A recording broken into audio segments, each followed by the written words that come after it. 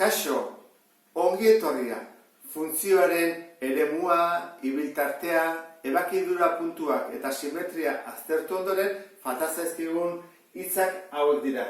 Nahiko sinpleak dira konparatuz bestekin eta horregatik bideo batean aurkeztuko dut guztiak. Lehenengoa, jarraitutasuna. Ea, tarte batean funtzioa jarraia den edo ez. Adibidez, funtzioa baldin badator horrela, esango dugu jarraia dela. Zergatik, marraztu dezakegulako arkatza altxatu gabe paperetik. Adibidez, honeaino. Eta gero, hemen jarraitzen badu, honek esan nahi du. Nik ezin dudala arkatzarekin jarraitu marrazten altxatu gabe paperetik. Hemen altxatu egiten dut. Horrek esan nahi du, hemen etenune badagola. Etena. Joaten gara bidez, eta esaten dugu, -2 puntuan, isak, -2 balio duenean, dago eten bat. Funtzioaren eten bat. Eta, esan dezakegu hemen jarraitua dela, baina tarte honetan ez da jarraitua hemen eten bat dagoelako. Hurrengo bi hitzak gorakortasuna eta beherakortasuna. Ikusi behar dugu funtzioa gorakorra den ala beherakorra. Hori nola aztertu daiteke? Ni baldin badut, hau baldin bada isa, hau i, eta balio bat baldin badut a, hartzen du funtzioaren bitartez, adibidez, f-a. Eta ni baldin badut beste puntu bat, handiagoa, eta balioak ere,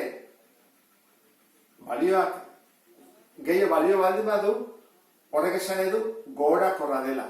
Tarte horretan, F berena handiagoa delako, F arena baina, handitu da balioa. Horrek esan nahi du, gorakorra dela. Eta berakorra izango da alderantziz, ni bai badut balio bat, eta ateratzen zait, adibidez, hemen.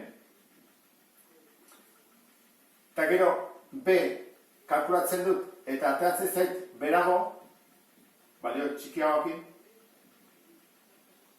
zer izan da?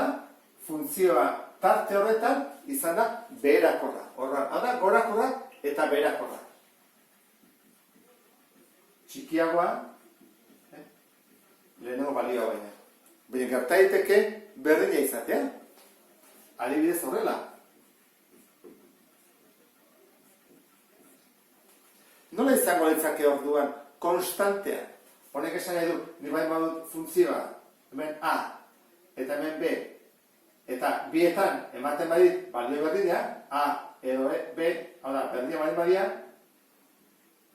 ez bejoa ez gora eta ez bera. Horra esango nuke, konstantea dela. Hurrengo hitza maksimoa da. Zer da maksimo bat? Gu baldin badugu funtzio bat, adibidez gorakorra, eta momentu batean, hasten bada, beherakorra izaten, adibidez hemen beherakorra da, hau da, gorakorra eta hau beherakorra.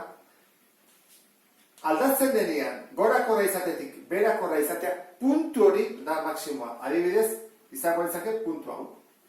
Ordan, gorakorra izatetik, beherakorra izatea pasada, maksimoa. Eta minimoa, alderantziz, funtzioa baldin bada, beherakorra, eta izan momentu bat, gorakorra izaten hasten dela. Ordan, hau izango izateke minimoa. Egon daiteke minimo bat baino gehiago, bai, eta maximo bat baino gehiago, baita ere, adibidez, funtzioak horrela egiten badu, eta gero horrela. Hau izango litzake maximo bat. Zergatik, gorakorra izatetik, beherakorra pasadelako. Hor da, maximoa. Eta hemen minimo bat dugu. Zergatik, beherakorra izatetik, gorakorra izatera pasadelako.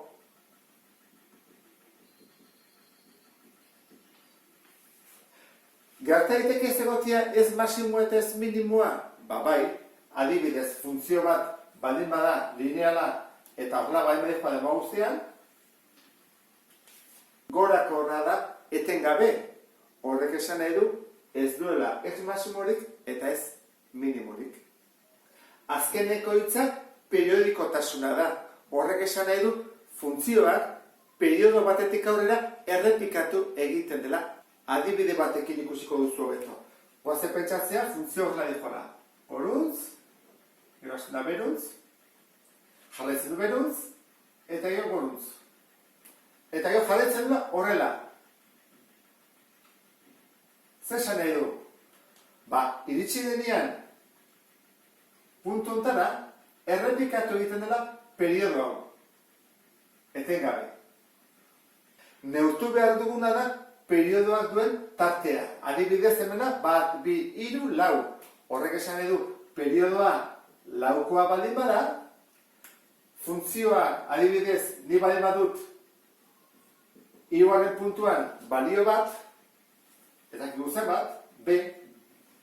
Nik egiten badut 4 gehiago, 3 gehi 4, hau da, 7, hartako zek berriro zenbaki berdina. 3 hartu berrian hartzen badut beste edozein zenbaki bat, adibidez, 2 eren, batuzen badiot 4 gehiago, 2 eren gehi 4. Ateatzen zaidan balioa izango da baita ere honen berdina. Zergatik periodoa laukoa delako. Orduan, isaren balio bati batutzen badiot periodoa, ateako zen balio berdina. Zergatik errepikatzen delako etengabe. Eta honekin bukatzen dut aurkezpena, beste bat arte, agur.